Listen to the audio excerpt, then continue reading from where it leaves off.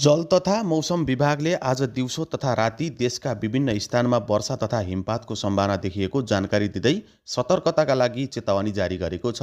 विभागले आज बिहान जारी गरेको बुलेटिन अनुसार पश्चिम वायुको प्रभावले दिउँसो सुदूरपश्चिम र कर्णाली तथा राति यी दुई प्रदेशसँगै लुम्बिनी, गण्डकी र कोशी प्रदेशमा मेघगर्जन, चट्याङसहित वर्षा तथा हिमपात हुने सम्भावना छ।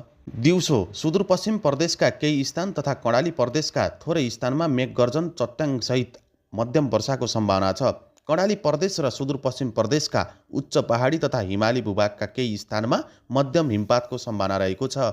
राति कर्णाली प्रदेश र सुदूरपश्चिम प्रदेशका अधिकांश स्थान, लुम्बिनी प्रदेशका केही स्थान तथा गण्डकी प्रदेशका थोरै स्थानमा मेघगर्जन, चट्याङसहित मध्यम वर्षाको सम्भावना छ।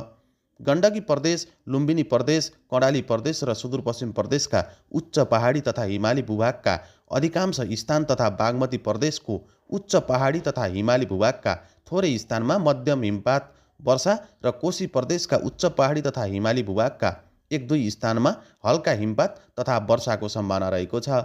गण्डकी प्रदेश, लुम्बिनी प्रदेश, कर्णाली प्रदेश र सुदूरपश्चिम प्रदेशका एक दुई स्थानमा मेघगर्जन, चट्याङसहित असिनाको समेत सम्भावना रहेको छ।